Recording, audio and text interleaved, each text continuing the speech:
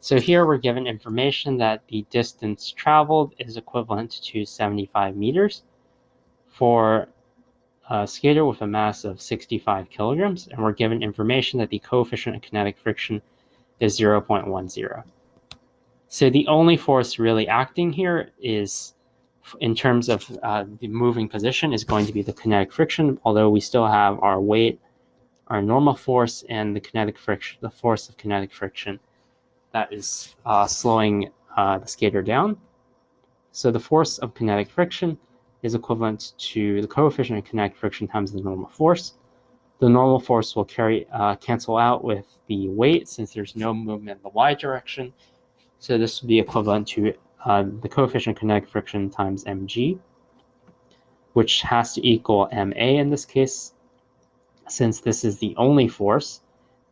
And in this case, we need a negative sign since the force of kinetic friction is slowing the skater down. So acceleration is negative coefficient of kinetic friction times g, which would be equivalent to negative 0.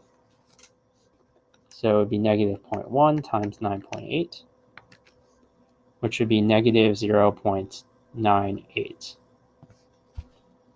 meters per second squared. So now we essentially have to use our straight line motion equations. So the equation we're going to use in this case is v final squared equals v initial squared plus 2 times the acceleration times the change in distance. So at the final point in time, the skater is at rest, so this would be 0 meters per second. And now we have enough information to solve for this quantity here.